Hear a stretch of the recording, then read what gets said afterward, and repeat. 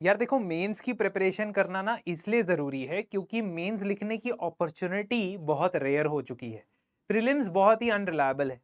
इसीलिए जब आप मेंस को पुख्ता कर लेते हो, अच्छी तरीके से उसकी फाउंडेशन रखते हो ना, तो आप बहुत कॉन्फिडेंटली एक सेट ऑफ इवेंट्स के थ्रू एग्जाम को क्लियर करने की तरफ बढ़ सकते हो। जनरल स्टडीज मेंस की प्रिपरेशन में जनरली 8 स्टेप होते हैं, ठीक है? और कहने के लिए वो आसान है, करने मुश्किल है। प्रीवियस ईयर क्वेश्चंस को थीम वाइज स्टडी करना है।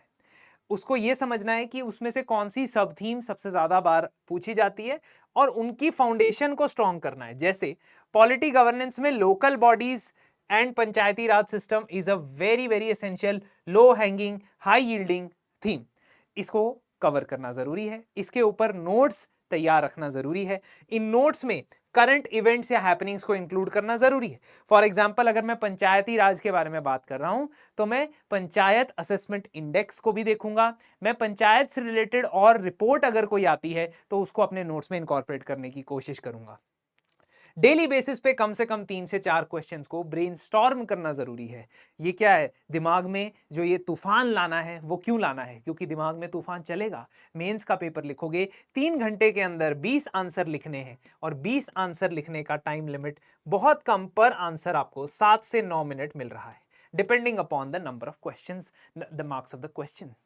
तो ये ब्रेनस्टॉर्मिंग डेली बेसिस पे आपको तैयार करती है और इसमें आप सिर्फ और सिर्फ पहले 5 मिनट के अंदर स्क्रिबल करने की कोशिश करते हो कि क्या क्या कंपोनेंट होंगे मेरे आंसर के। इसके अलावा अगर आप एक टेस्ट लिखते हैं पीरियोडिकली 15 डेज के बाद, 1 महीने के बाद, और उस पर फीडबैक रिसीव करते हैं, that is even more important. And what is more important is most important is कि ये जो फीडबैक मिल रहा है इसको आप आंसर में इनकॉर्पोरेट करते हो या नहीं करते हो, और फिर स्टेप 1 रिपीट करना है।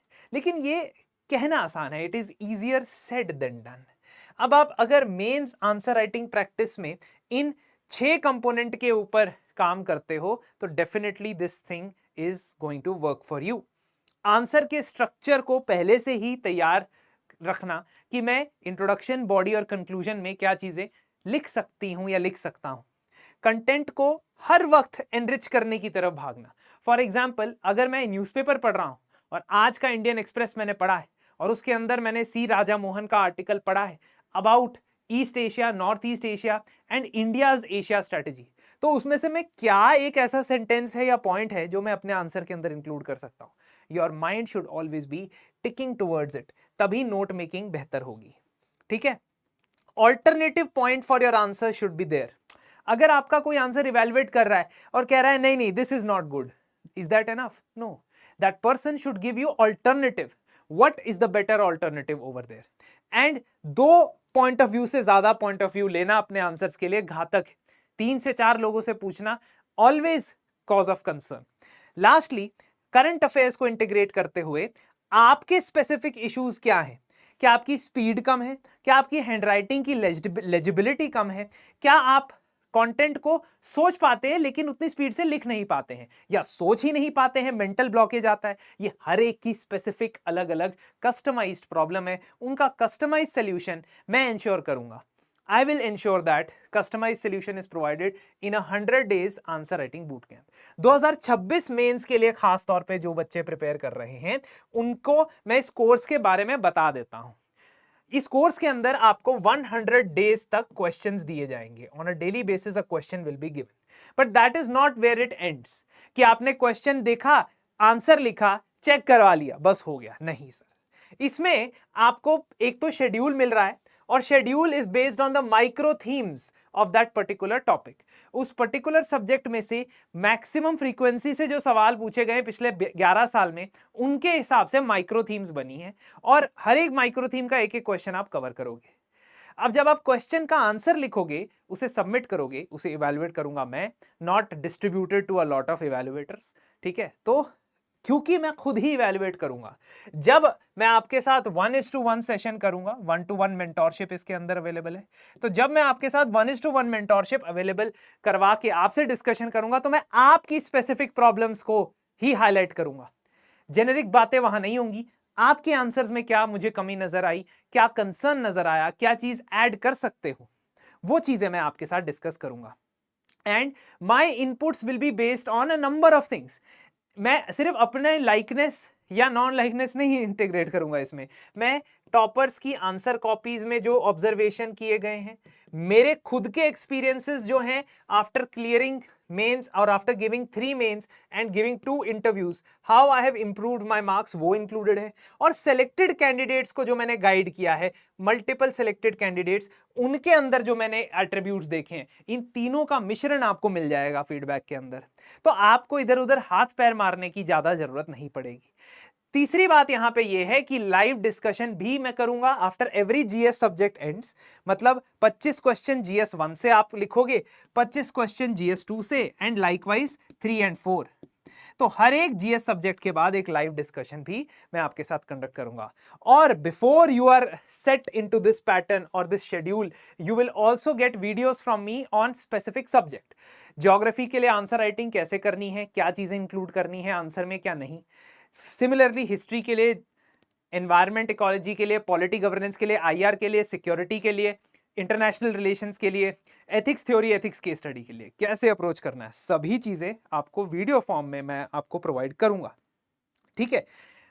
So in all this consideration, if you want to cover 100+ themes by answer writing, and also what I will be providing to you is templates। जो भी टॉपिक के ऊपर आप आंसर करने वाले हो या थीम के ऊपर आप आंसर करने वाले हो, वो टेम्पलेट के तौर पे यूज हो सकती है बहुत सारे आंसर देने में। इसका सिंपलेस्ट एग्जांपल है डिजास्टर मैनेजमेंट, है ना। लेकिन कि डिजास्टर 8-10 टाइप के होंगे, उसका टेम्पलेट तैयार कर लो, है ना। कुछ क्वेश्चंस या कुछ टॉपिक्स का टेम्पलेट बनना इजी होता है, लेकिन कुछ टॉपिक्स या कुछ क्वेश्चंस का टेम्पलेट नहीं बना सकते हो, है ना। मैं प्रोडक्शन लाइन नहीं बनाना चाहता हूं आंसर लिखने वालों की। क्यों? क्योंकि सब एक जैसा आंसर लिखेंगे तो विविधता कहां से आएगी, वैरायटी कहां से आएगी। लेकिन कुछ चीजों में टेम्पलेट काम करता है to understand and cover quickly previous year questions. जैसे एग्जाम्पल के तौर पे डायनेस्टिक आर्ट की बात करते हैं। डायनेस्टिक आर्ट मतलब एक स्पेसिफिक डायनेस्टी या साम्राज्य से जुड़ा हुआ आर्ट एंड कल्चर। इसके बारे में GS1 हिस्ट्री में कई बार सवाल पूछा गया। चोला से पूछा गया साल 2024, 22, 13 में। गुप्ता से पूछा गया 2022 और 17 में। 17 में तो स्पेसिफिकली न्यूमिस्मेटिक आर्ट के बारे में पूछा गया। पल्लवास के बारे में 17 और 24 में। पालास के बारे में 2020 में। विजयनगर एम्पायर में कृष्णदेवराय के बारे में 2016 में। So this is a theme that is recurrent.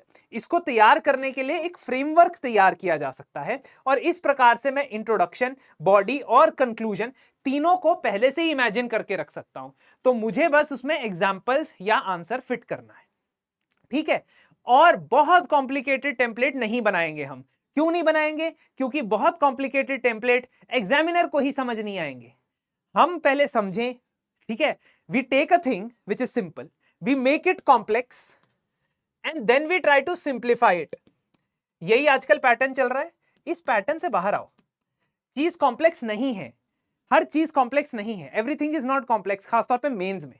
और इसीलिए कॉम्प्लेक्स करके फिर उसको सिंप्लीफाई करना ये सही नहीं है। दिस इज नॉट करेक्ट, है ना। हम एग्जामिनर के लिए भी चाहते हैं कि उसे इजीली चीज समझ आ जाए। हाँ, डायग्राम को कहां इंकॉर्पोरेट करना है, फ्लो चार्ट को कैसे इंकॉर्पोरेट करना है, सब डिस्कस करूंगा ना। I will discuss everything, but हम स्टेप बाय स्टेप चलेंगे ना यार। पहले ही दिन में मैं ब्रिलियंट आंसर लिखने की होड़ में चला जाऊं और एक आंसर पे 3-4 घंटे लगा दूं, ये भी मुझे नहीं करना है। That is why entire process includes hand holding. और जो भी इवैल्यूएशन मैं आपको करके दूंगा, this is example of my evaluation from the 2025 people, और वहां से मैं आपको ऑल्टरनेटिव्स भी दूंगा। It's not as if I am saying ये अच्छा नहीं है, बुरा नहीं है, इसमें इतने नंबर है, इसमें कम नंबर है। नंबर मैटर नहीं करेंगे इस इवैल्यूएशन में, क्योंकि बच्चे कहते हैं मेरे इतने नंबर आते हैं उस वाले टेस्ट में, तो मेरे मेंस में इतने। नंबर मैटर नहीं कर रहा है। मैटर ये कर रहा है कि आपको स्पेसिफिक फीडबैक किस तरीके से मिल रहा है।